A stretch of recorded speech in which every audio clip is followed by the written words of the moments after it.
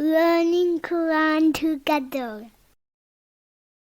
بسم اللہ الحمدللہ والصلاۃ والسلام علی رسول اللہ۔ سورہ زلزال یہ مدنی صورت ہے اور اس میں 1 رکوع اور 8 آیات ہیں۔ بسم اللہ الرحمن الرحیم۔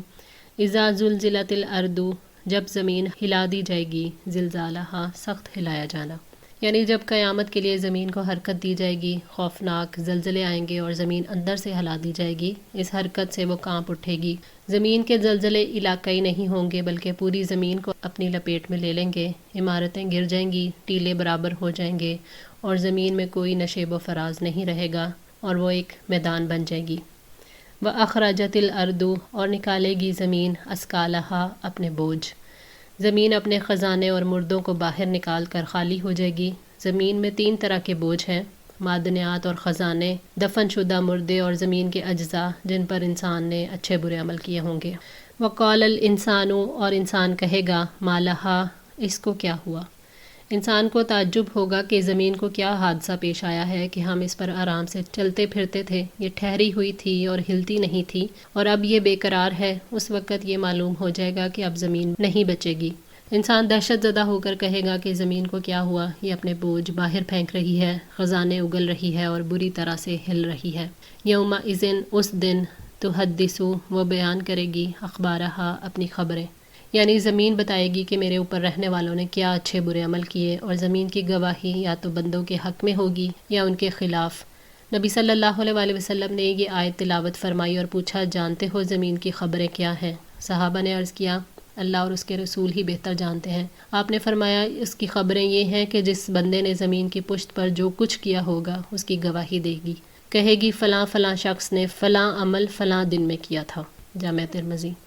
بِأَنَّ رَبَّكَ أَوْحَىٰ لَهَا، کیونکہ آپ کے رب نے وحی کی اسے۔ زمین خبریں اس لیے بیان کرے گی کہ اللہ تعالیٰ اس کو حکم دے گا کہ جو کچھ تیری پشت پر ہوا اس کے بارے میں شہادت دو، اور زمین اللہ تعالیٰ کے حکم کی نافرمانی نہیں کرے گی۔ اللہ تعالیٰ اس کو قوت گویائی عطا کریں گے، جیسے اس نے انسان کو زبان دے رکھی ہے ایسے ہی وہ زمین کو بھی کلام کرنے کی قوت دے گا، تو زمین اللہ کے حکم سے کلام کرے گی۔ یومئذ، جس دن، یصدر الناس، لوٹیں گے لوگ، اشتاتا الگ الگ ہو کر، لیروا اعمالہم، تاکہ ان کے اعمال ان کو دکھائے جائیں۔ لوگ گروہ در گروہ واپس لوٹیں گے، کوئی جنت کا پروانہ لے کر اور کوئی جہنم کا حکم نامہ لے کر، کوئی خوش نصیب اور کوئی بد نصیب ہوگا، اور اس کے بعد ان کی کبھی ملاقات نہیں ہوگی۔ زمین کی خبریں اور لوگوں کا پلٹنا اس لیے ہوگا تاکہ لوگوں کو ان کے اعمال دکھائے جائیں۔ فَمَن يَعْمَلْ، تو جو کوئی عمل کرے گا، مثقال ذرۃ، وزن برابر ذرے کے، خیرا یرا، بھلائی کے، وہ دیکھ لے گا اسے۔ کسی شخص نے معمولی نیکی بھی کی ہوگی، حتیٰ کہ چیونٹی کے برابر بھی، تو وہ اس کو دیکھ لے گا۔ نبی صلی اللہ علیہ وآلہ وسلم نے اس لیے نیکی کو حقیر جاننے سے منع کیا، کیونکہ حقیر ترین چیز بھی اس دن دکھا دی جائے گی۔ ذرہ برابر نیکی بھی اللہ کے ریکارڈ میں ہے۔ اس کائنات میں بے خطا ریکارڈنگ کا نظام ہے، کوئی چیز اس سے مس نہیں ہوتی، اس لیے انسان اپنی ذرہ برابر نیکی کو بھی دیکھ لے گا۔